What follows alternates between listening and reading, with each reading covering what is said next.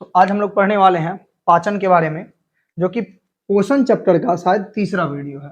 इससे पहले भी 2 वीडियो आ चुके हैं जिसमें हम बात किए थे पोषण क्या होता है, पोषण कितने टाइप्स के होते हैं और पाचन के बारे में भी कुछ बात हुई थी। अभी हम उसी चीज को आगे बढ़ाने वाले हैं कि पाचन के बारे में भी हम लोग पढ़ने वाले हैं। तो पाचन का मतलब क्या होता है कि हम लोग जो भोजन करते हैं वो जटिल होते हैं। जैसे कि हम देख रहे हैं कोई भी खाना हम खाते हैं तो वो बड़ा बड़ा अणु है। एक सेब है जो कि बड़ा सा है, उतना बड़ा हमारे पेट में तो जाएगा नहीं, पेट में तो रहेगा नहीं। वैसे ही हम कोई भी सामान खाते हैं तो वो बड़ा बड़ा होता है, उसी को हम बोलेंगे जटिल खाद्य अणु। खाद्य का मतलब है वैसा चीज जिसे हम खाया जा सके। ये खाद्य खाद नहीं है खेत में देने वाला, ये क्या है? खाद्य। खाद्य का मतलब जिसे खाया जा सके। जटिल का मतलब है बड़ा सा अणु, जटिल अणु है। तो जो जटिल अणु हुआ करते हैं, बड़े से खाने वाले पदार्थ होते हैं, उस बड़े से खाद्य पदार्थ को जब छोटा किया जाता है तो उसे हम बोलते हैं सरल हो जाना। क्या बोलते हैं? सरल हो जाना। तो जब जटिल खाद्य पदार्थ के अणु सरल अणु में बदल जाते हैं तो उसे हम बोलते हैं पाचन। मतलब क्या हुआ कि हम जो बड़ा बड़ा खाना को खा रहे हैं, बड़ा सा सेब है, बड़ा सा केला है, बड़ा सा अनार है, या फिर चावल है, दाल है, तो हम जो भी खाना खा रहे हैं वो बड़ा सा अणु है और उसे हम क्या करते हैं? छोटे छोटे पदार्थों में बदलते हैं। हमारे शरीर उसे क्या करता है? छोटे छोटे पदार्थों में बदल देता है। तो यही क्रिया क्या कहलाता है? पाचन। मतलब बड़ा सा खाना का अणु को छोटा कर देना क्या कहलाएगा? पाचन कहलाएगा। तो अब पाचन तो हम समझ गए कि क्या होता है, बड़ा सा अणु है उसे छोटा करना है। तो बड़ा सा अणु का मतलब क्या है, हम इसको समझते हैं। बड़ा सा अणु में हम बोलते हैं कार्बोहाइड्रेट। हम जो खाना खाते हैं उसमें 3 चीज मेन रोल अदा करता है। तो एक होता है कार्बोहाइड्रेट, कुछ हम प्रोटीन खाते हैं और कुछ वसा। प्रोटीन का नाम आप लोग भी सुने होंगे कि मसल ब्लेज वगैरह का प्रोटीन आता है। जो जिम वगैरह करने जाते हैं उन्हें प्रोटीन ज्यादा खाने की सलाह दी जाती है। इसी बात को हम समझते हैं आगे कि हम जो जटिल खाद्य अणु की बात कर रहे हैं तो हम खाते क्या सब हैं? प्रोटीन तो हम समझ गए कि हम खाते हैं। इसी तरह से हम कार्बोहाइड्रेट खाते हैं। जब हम चावल वगैरह खाते हैं तो चावल वगैरह में होता क्या है? चावल वगैरह में कार्बोहाइड्रेट पाया जाता है। चावल है, मक्का है, अनाज है, इन सब में कार्बोहाइड्रेट पाया जाता है। और कुछ चीज ऐसे होते हैं जिसे हम खाते हैं उसमें क्या पाया जाता है? वसा। जैसे कि तेल हो गया, घी हो गया, मक्खन हो गया, इन सब में वसा पाया जाता है। तो अभी हम इस पर डिटेल नहीं करेंगे कि कार्बोहाइड्रेट किस चीज में पाया जाता है, प्रोटीन किस में पाया जाता है। बस हम यूं समझते हैं कि हम जो खाना खाते हैं उस खाना में कार्बोहाइड्रेट, प्रोटीन, वसा और बाकी सभी चीजें मिली हुई रहती है।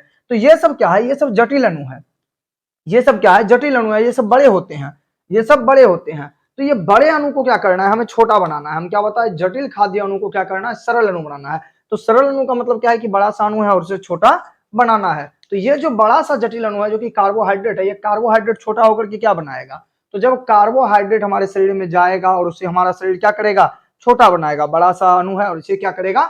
छोटा सा बनाएगा बहुत सारी प्रक्रियाओं के द्वारा। तो जब ये छोटा हो जाएगा तो वो बनेगा ग्लूकोज। कार्बोहाइड्रेट ही छोटा होकर के क्या बनता है? ग्लूकोज। तो कभी कभी क्या होता है, खिलाड़ियों को, दौड़ने वालों को ग्लूकोज पीने की सलाह दी जाती है। तो ग्लूकोज क्या होगा कि उस टाइम में जब हम ग्लूकोज पीते हैं तो वो छोटा ही है। वो क्या है? छोटा ही है। तो उसे बड़ा से छोटा होने में टाइम नहीं लगता है। और क्या होता है कि ये टाइम बच जाता है और हमारे शरीर को तुरंत ऊर्जा मिल जाती है। हमारे शरीर को तुरंत में एनर्जी मिलता है ग्लूकोज पीने से।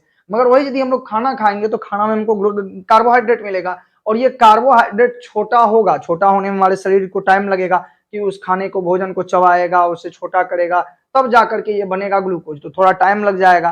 तो इस टाइम ना लगे इसके लिए हम क्या करते हैं? कभी कभी ग्लूकोज भी पीते हैं और उससे तुरंत ऊर्जा मिलती है। तो ग्लूकोज पीने से तुरंत ऊर्जा मिल जाएगा, मगर वही यदि खाना खाएंगे तो उससे ऊर्जा मिलने में थोड़ा सा टाइम लगेगा। तो पहले कार्बोहाइड्रेट हम ले रहे हैं और यही कार्बोहाइड्रेट छोटा होकर के क्या बन रहा है? ग्लूकोज बन रहा है। उसी तरह से जब कोई प्रोटीन खाता है, जैसे जिम करने वालों को बोला जाता है आप प्रोटीन खाइए, तो बहुत सारी कंपनियों का प्रोटीन हुआ करता है, लोग सब खाते भी हैं। तो प्रोटीन से क्या होता है? तो प्रोटीन जो बनता है वो जटिल अणु है, बाहर में बड़ा रहता है और वो हमारे शरीर जाने के बाद शरीर उसे छोटे छोटे कणों में बदल देता है। तो प्रोटीन किन छोटे कणों में बदलेगा? तो प्रोटीन बन जाएगा एमिनो अम्ल। प्रोटीन क्या बन जाएगा? एमिनो अम्ल। ग्लूकोज, कार्बोहाइड्रेट क्या बन जाएगा? ग्लूकोज। ठीक है। उसी तरह से वसा, जो तेल वगैरह होते हैं, तो जो वो भी जटिल अणु है। वो भी क्या है? जटिल अणु है, बड़े होते हैं। और जब वसा को हम खाएंगे तो वो बन जाएगा वसीय अम्ल। क्या बन जाएगा? वसीय अम्ल।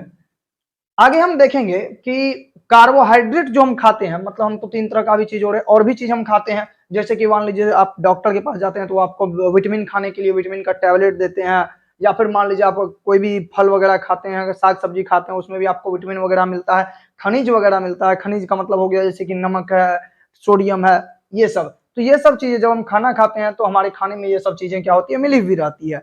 तो जब ये मिली हुई रह रही है तो जैसे कार्बोहाइड्रेट हो गया, तो कार्बोहाइड्रेट का पचना हमारे मुंह से ही शुरू हो जाता है। हम मुंह में जैसे ही खाना को रखते हैं तो हमारा क्या होता है? कार्बोहाइड्रेट का पचना यहीं से शुरू हो जाता है, मगर बाकी चीज जो है इसका पचना मुंह से शुरू नहीं होता है, ये चबाने के बाद जो हमारे शरीर के अंदर जाते हैं तब इसका पाचन शुरू होता है। तो एक क्वेश्चन ये आ सकता है कि ऐसा कौन सा चीज है जिसका पाचन हमारे मुख में शुरू हो जाता है, तो हम क्या आंसर करेंगे? कार्बोहाइड्रेट। कार्बोहाइड्रेट का पाचन हमारे मुंह से ही शुरू हो जाता है। तो कार्बोहाइड्रेट क्या बनाएगा? ग्लूकोज बनाएगा छोटा होकर के। प्रोटीन जो शरीर के बाहर में प्रोटीन है उसी को जब शरीर के अंदर ले जाएंगे बहुत छोटा बनेगा तो वो प्रोटीन बना लेगा एमिनो अम्ल। वसा हमारे शरीर के अंदर जाएगा तो वो भी बहुत छोटे अणुओं में बदल जाएगा, वसा बनाएगा, वसीय अम्ल। कभी कभी क्या होता है कि इंसान उपवास कर लेते हैं या कुछ ज्यादा समय तक भूखे रह जाते हैं, तो उस टाइम में क्या होता है कि ग्लूकोज से ऊर्जा ना मिलने की वजह से कार्बोहाइड्रेट, जब खाना ही नहीं खाएंगे तो कार्बोहाइड्रेट कहाँ से मिलेगा? तो हमारे शरीर में हमारे स्किन के यानी कि ये चमड़े जो है इसके अंदर में हम देख रहे हैं कि अभी बताइए ये चमड़ा अगर थोड़ा सा छिला जाए तो हड्डी तो नहीं निकल आएगा, हड्डी नहीं निकल आएगा, तो इसके अंदर में कुछ तो है। तो क्या होता है हमारे शरीर में जो बाहरी लेयर होता है, जो स्किन होता है, इसके अंदर में रहता है वसा। जो हम खाते हैं वो वसा सब स्टोर कहाँ हो जाता है? जाके हमारे स्किन के अंदर में। तो जब हम भूखे रहते हैं या उपवास करते हैं तो उस टाइम में कार्बोहाइड्रेट तो हम खा नहीं रहे हैं कि इससे हमारा ग्लूकोज बनेगा और ऊर्जा बनेगा, तो उस टाइम में हमको एनर्जी मिलती है वसा से, क्योंकि हमारे स्किन के नीचे में वसा स्टोर रहता है। तो यही वसा से ही आदमी मोटा हो जाता है, क्योंकि स्किन के नीचे वसा जमा होते जाता है और इंसान क्या होते हैं? मोटे हो जाते हैं। जब आदमी मोटा हो जाता है तो आप देखते हैं यदि उपवास वो ज्यादा करने लगता है तो कहीं ना कहीं उपवास का इफेक्ट उसके शरीर के फैट पर पड़ता है। फैट का मतलब है वसा, फैट का मतलब है वसा। तो इससे उपवास का असर इस पे पड़ता है। जैसे वो उपवास करने लगता है तो फैट थोड़े थोड़े कम होने लगते हैं। जब आप जाते हैं तो उसको बोला जाता है कि आप कैलोरी कम खाइए या खाना कम खाइए, इन सब टाइप का भी सलाह मिलता है कहीं कभार, तो उस पर नहीं जाना है अभी। अभी बस ये समझना है कि वसा हमारे शरीर में स्किन के नीचे अगर ज्यादा जमा हो जाए तो आदमी मोटा हो जाता है, और उपवास करने से क्या होता है? यही वसा जो है ऊर्जा बन जाता है। इसी वसा से ऊर्जा बनाता है हमारा शरीर। कब? जब उपवास वगैरह होगा, इंसान ज्यादा समय तक भूखे रहेंगे तब। मगर नॉर्मल कंडीशन में हमको जो ग्लूकोज से मिलेगा वसा कार्बोहाइड्रेट से। कहां से मिलेगा? कार्बोहाइड्रेट बनाएगा ग्लूकोज और इसी से मिलेगा ऊर्जा। इसको हम पढ़ेंगे अगले चैप्टर में जो कि श्वसन चैप्टर है, और इसका हम एक वीडियो डाल भी दिए हैं कि ग्लूकोज से ऊर्जा कैसे बनता है। अगर आप लोगों ने नहीं देखा है तो श्वसन चैप्टर में जरूर जाकर देखिए उस वीडियो को, आपको समझ में आएगा ग्लूकोज से ऊर्जा कैसे बनता है। मगर अभी हम ग्लूकोज से ऊर्जा की बात नहीं कर रहे हैं। अगर आदमी भूखा हुआ रहेगा, उपवास में रहेगा, तो वसा से ऊर्जा मिलेगा। किससे मिलेगा? वसा से ऊर्जा मिलेगा। वसा रहता कहाँ है? वसा की मात्रा अगर शरीर में बढ़ गई तो इंसान फैट मोटा हो जाएगा। तो वो रहता है स्किन के लेयर के नीचे। ये जो बाहर वाला स्किन है इसके अंदर में होता है वसा, जमा रहता है। ठीक है, इसी बात को समझते हुए हम आगे बढ़ते हैं कि हम बोलते हैं पाचन तंत्र। पाचन तंत्र, अगर शरीर में कोई भी तंत्र है, हम जानते हैं शरीर में श्वसन तंत्र है, पाचन तंत्र है, उत्सर्जन तंत्र है, तो कोई भी तंत्र अगर हमारे शरीर में, वो बहुत सारे अंगों से मिलकर के बनता है। कोई भी तंत्र किस चीजों से मिलकर के बनेगा? अंगों से मिलकर के बनेगा। ये हम पिछले वीडियो में भी श्वसन में भी बताए थे कि कोशिका से मिलकर के बनता है, कोशिका से मिलकर के बनता है उत्तक, उत्तक से मिलकर के बनता है अंग, अंग से मिलकर के बनता है अंग तंत्र, अंग तंत्र। यही तंत्र के बारे में हम बात कर रहे हैं। ये किससे मिलकर बनेगा? अंगों से मिलकर के बनेगा। तो पाचन तंत्र भी कुछ अंगों से मिलकर के बनता है। इनमें से पहला को हम बोल सकते हैं आहार नाल। पहला अंग का नाम क्या बोलते हैं? आहार नाल। तो आहार नाल को हम आगे डिटेल से पढ़ने वाले हैं, ये शरीर का एक अंग है। दूसरा है पाचक ग्रंथि। पाचक ग्रंथि के बारे में भी हम अभी आगे पढ़ने वाले, ये भी शरीर का एक अंग है। और ये होता है पाचन क्रिया। पाचन क्रिया क्या है? एक काम है। पाचन क्रिया अंग का नाम नहीं है बल्कि एक काम है। काम कौन सा? खाना को पचाने का काम ही पाचन क्रिया होती है। इसको हम भी आगे से पढ़ने वाले हैं। तो अब पाचन के बारे में हम पहले बात करते हैं। पाचन जो है कोई एक काम नहीं है, क्योंकि हम बताए इसमें बहुत सारे अंग है। तो बहुत सारे अंग हैं तो सभी अंग अपना अपना काम कर रहे हैं। तो पाचन जो है बहुत सारे कामों से मिलकर के बना है। पाचन, खाना का पचना, हम लोग अपने भाषा में बोलते हैं पचना, और यहाँ पे बुक में इसी चीज को बोला जाता है पाचन। तो खाना का पचना ही पाचन है। जिस वह हम लोग अपने भाषा में बोलेंगे खाना पच रहा है, और बुक में क्या बोला जाएगा? पाचन हो रहा है। क्या बोला जाएगा? पाचन हो रहा है। तो पाचन सिर्फ एक काम नहीं है, खाना को अंदर लिए वो पच गया, ऐसा नहीं है। खाना का पचना में बहुत सारी क्रियाएं मिलती है। पहला क्या होता है? अंतःग्रहण। अंतःग्रहण का मतलब क्या होता है? जो भोजन शरीर के बाहर रखा हुआ है उस भोजन को शरीर के अंदर डालना। हम जानते हैं कि अगर भोजन प्लेट में रखा हुआ रहेगा तो उससे कुछ नहीं, वो भोजन पचेगा थोड़ी ही, वो जब शरीर के अंदर जाएगा तब पचेगा। तो शरीर के अंदर भोजन को लेना, भोजन को शरीर के अंदर डालना अंतःग्रहण कहलाता है। दूसरा है पाचन।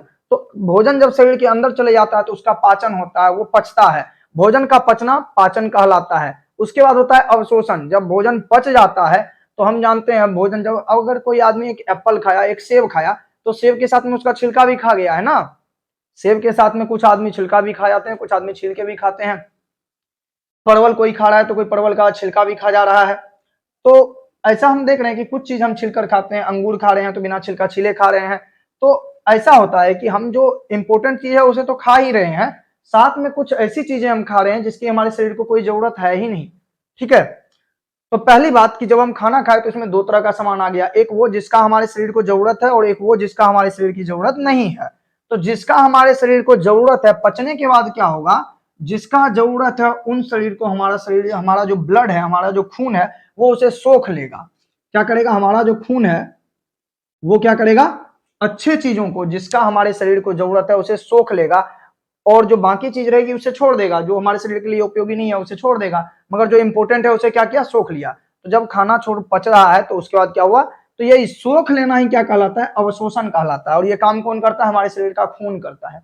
कौन करता है, ब्लड करता है। तो ब्लड, खाना जो हम लोग खाए, जो वो पचा, तो उसमें जो शरीर के लिए इंपॉर्टेंट था उसे क्या किया गया, सोख लिया गया, और ये काम करता है हमारे शरीर में ब्लड। तो जब ब्लड सोख लेता है तो इसको हम बोलते हैं अवशोषण। जब खून सोख लिया तो खून सिर्फ अपने पास रखेगा अगर हर एक चीज को, तो बाकी हमारा शरीर क्या होगा, हमारे जो मसल्स हैं वो कमजोर पड़ने लगेंगे, हड्डियां कमजोर पड़ने लगेगी। तो ये चीजें जो है सिर्फ खून अपने पास रख नहीं लेता है, खून तो सोख लिया है, खून एब्जॉर्ब तो कर लिया है, मगर खून क्या करता है, हम जानते हैं खून शरीर में एक जगह से दूसरे जगह तक बहते रहता है। तो खून क्या करता है, इन अच्छे पदार्थों को, जो हमारे शरीर के लिए उपयोगी है, उन पदार्थों को लेकर के सभी अंगों के पास पहुंचते हैं। खून क्या होता है, हर एक अंग में, हम जानते हैं खून हमारे हाथ में भी है, खून हमारे पैर में भी है, हमारे दिमाग में भी है, हर जगह खून है। तो क्या होता है, ये जो मतलब खाना से जो हमें इंपॉर्टेंट पदार्थ मिला हुआ है, जो शरीर के लिए उपयोगी है, उस पदार्थ को खून शरीर के पूरे हिस्से में लेके घूमता है और सभी अंगों के पास पहुंचता है, और सभी अंग क्या करते हैं, उस खून से उस खाने के पदार्थ को ले लेते हैं। तो खून जो लेकर के सभी के पास पहुंचा, यही क्रिया कहलाती है स्वांगीकरण।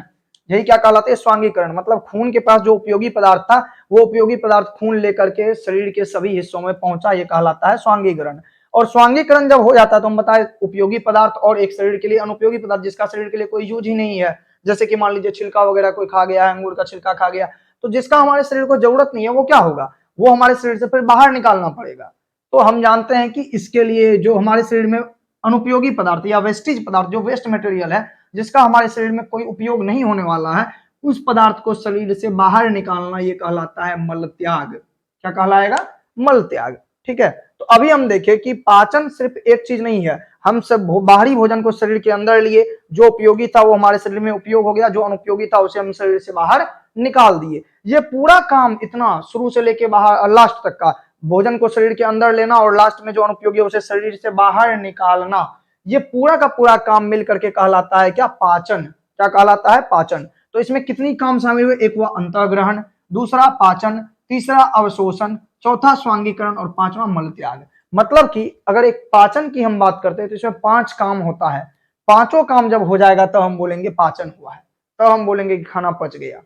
5 काम होगा, कितने काम, 5 काम। इस पांचों काम को हम अलग अलग अभी पढ़ने वाले हैं कि अंतःग्रहण क्या होता है, पाचन क्या होता है, अवशोषण क्या होता है, किस अंग के द्वारा होता है, कौन सा अंग कैसे अवशोषण को करता है, कैसे पाचन को करता है, इन सभी के बारे में आगे हम पढ़ने वाले हैं। तो पाचन हम समझ गए क्या हो रहा है, पाचन हम समझ गए क्या हो रहा है। तो इतनी चीजें होने वाली है तब जाके होगी पाचन।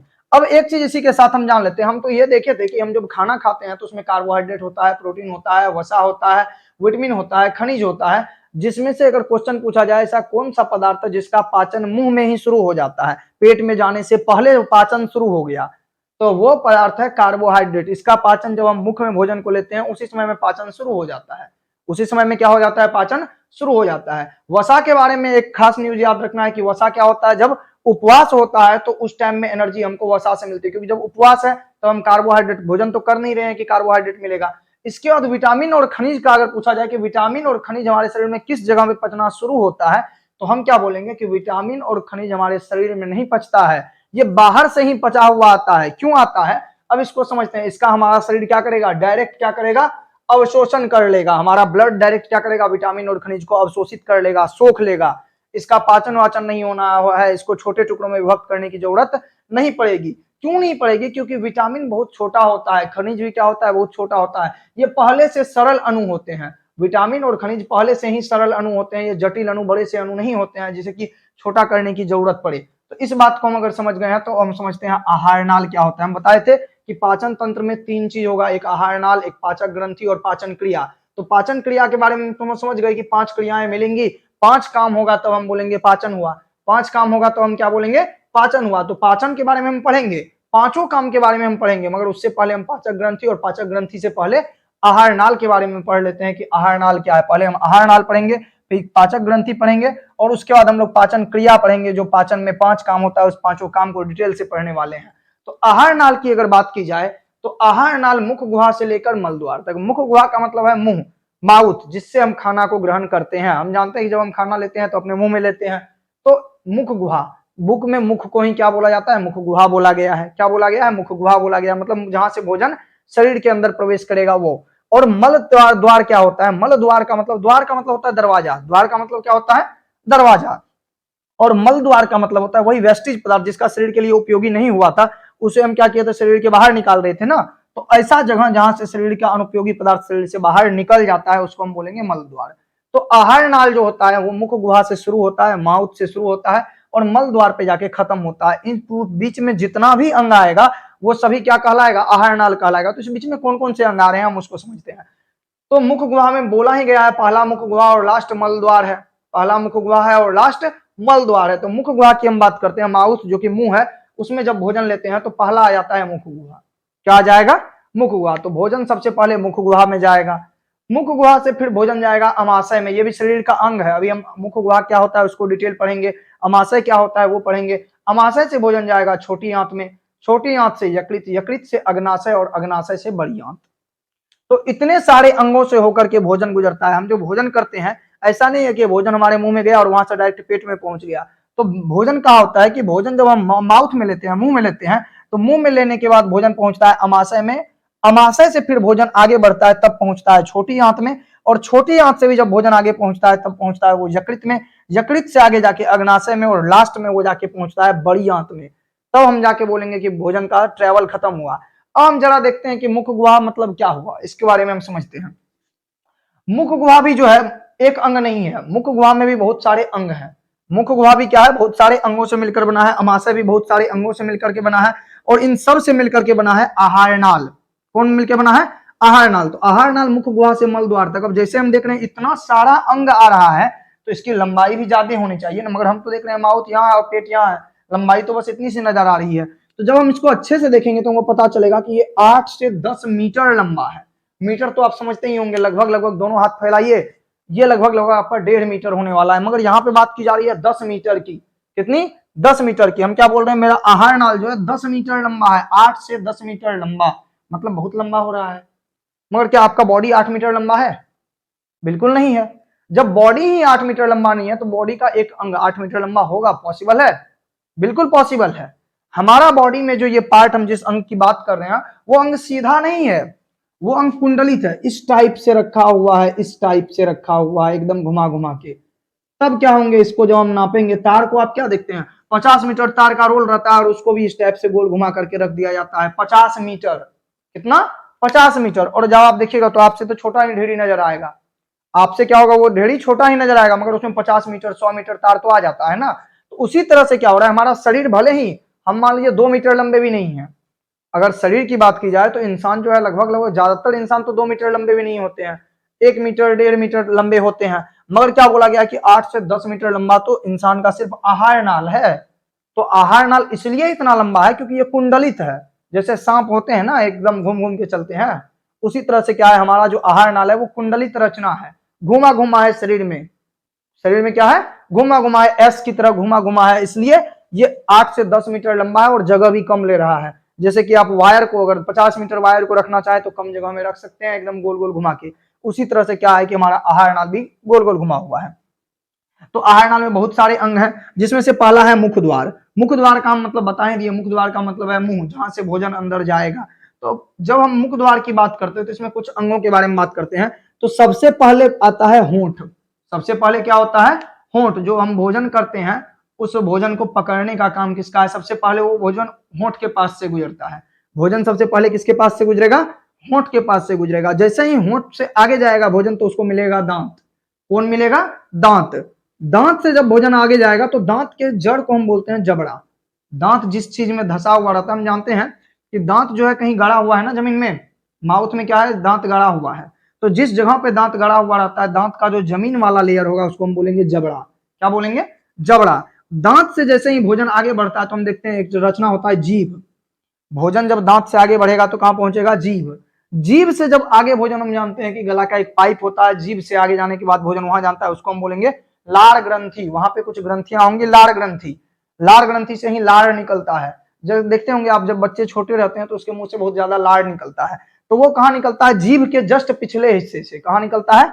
जीभ से जस्ट पिछला हिस्सा होता है लार ग्रंथि, वहीं से लार निकलता है। लार ग्रंथि से जब पीछे जाएंगे तब ग्रसनी मिलेगा। क्या मिलेगा? ग्रसनी। उससे भी थोड़ा अंदर जाएंगे तो ग्रसनी, और ग्रसनी से भी जब नीचे जाएंगे तब मिलेगा ग्रास नली। हम जानते हैं कि भोजन जब ग्रहण करते हैं तो वो पेट की तरफ जाता है ना, तो यहाँ पे एक नली होता है, उसको हम बोलते हैं ग्रास नली। तो ग्रास नली तक का जो हिस्सा है, यहाँ तक के हिस्से को हम बोलते हैं मुख द्वार। इस पूरे को मिला के हम बोलते हैं माउथ, मुंह। ठीक है, तो जब ग्रास नली तक भोजन पहुंच गया तो यहाँ पे मुंह का काम खत्म। इससे आगे होता है अमाशय। जब मुख से भोजन आगे जाएगा, ग्रास नली से आगे जाएगा, तब भोजन कहाँ पहुंचेगा? अमाशय में। अमाशय में भी कुछ अंग होते हैं। एक होता है जठर ग्रंथि। क्या होता है? जठर ग्रंथि। जैसे हम यहाँ पे पढ़े थे लार ग्रंथि से लार निकल रहा है, उसी तरह से जठर ग्रंथि से भी कुछ निकलेगा।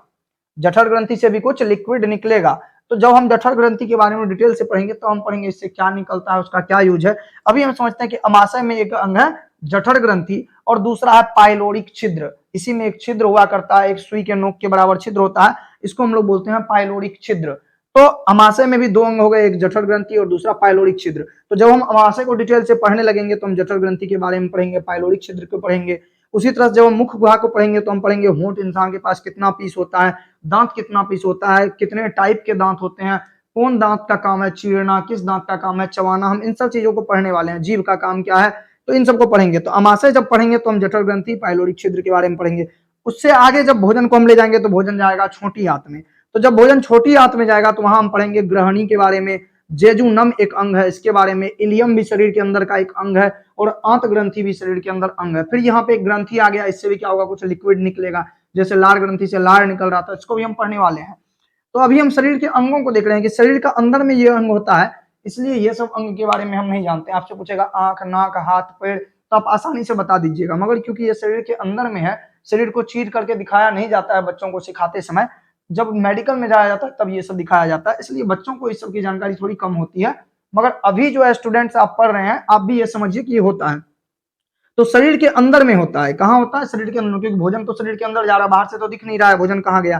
तो भोजन जो है छोटी आंत का जो भाग होगा, छोटी आंत का पहला भाग होगा ग्रहणी, उसके बाद होगा जेजुनम, उसके बाद होगा इलियम, इलियम के बाद होगा आंत ग्रंथि। इतने चीजों को हम पढ़ने वाले हैं छोटी आंत में। उसके बाद आएगा यकृत। यकृत में हम दो चीजों के बारे में पढ़ेंगे, एक होगा पित्ताशय और दूसरा होगा पीतवाहिनी। एक होगा पित्ताशय और दूसरा होगा पीतवाहिनी। किस में पढ़ेंगे इसके बारे में? यकृत में। अगला आएगा अग्नाशय। अग्नाशय में हम पहले पढ़ेंगे अग्नाशयी वाहिनी के बारे में, और उसके बाद पढ़ेंगे अग्नाशयी रस के बारे में। इन दो चीजों को पढ़ेंगे।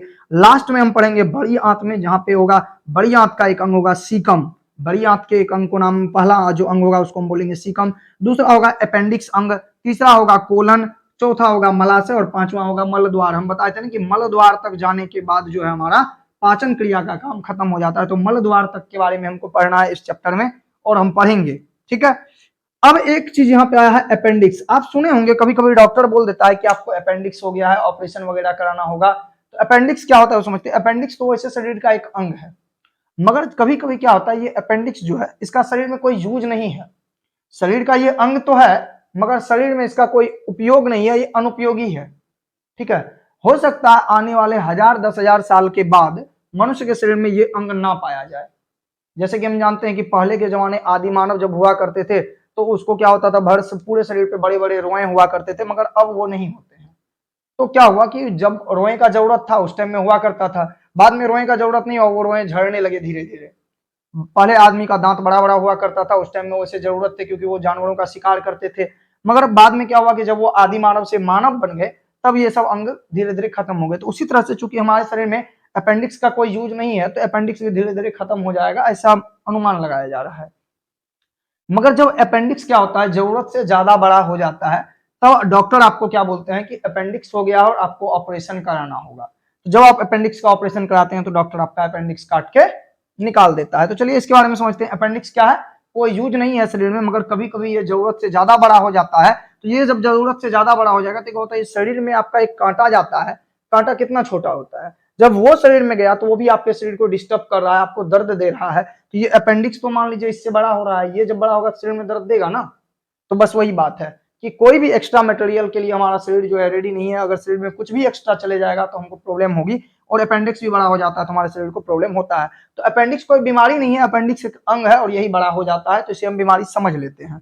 तो अभी हम समझे कि इतने सारे अंग मिलकर के क्या बना रहे हैं, इतने सारे अंग मिलकर के पाचन क्रिया का काम करेंगे। और ये सभी क्या है, आहार नाल है। और पाचक ग्रंथि, ग्रंथि के बारे में भी पढ़े ना, लार ग्रंथि है, जठर ग्रंथि है, यही सब है ग्रंथि। और पाचन क्रिया तो हम समझ ही गए कि ये 5 काम मिलकर के पाचन क्रिया कहलाएगा। तो इस 5 काम के बारे में हम जानेंगे तो वो पाचन क्रिया होगा। यहाँ पे कुछ ग्रंथियों के बारे में हम चर्चा किए हैं, इससे हमारा पाचक ग्रंथि क्लियर हो जाएगा। और आहार नाल तो हम बता ही दिए कि आहार नाल 8 से 10 मीटर लंबा होता है और इतने सारे अंग इसमें मिले हुए रहते हैं। इतने सारे अंग जब मिलेंगे तब हम बोलेंगे इसे आहार नाल।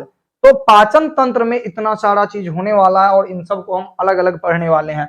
तो अभी तो हम इतना ही पढ़ रहे हैं।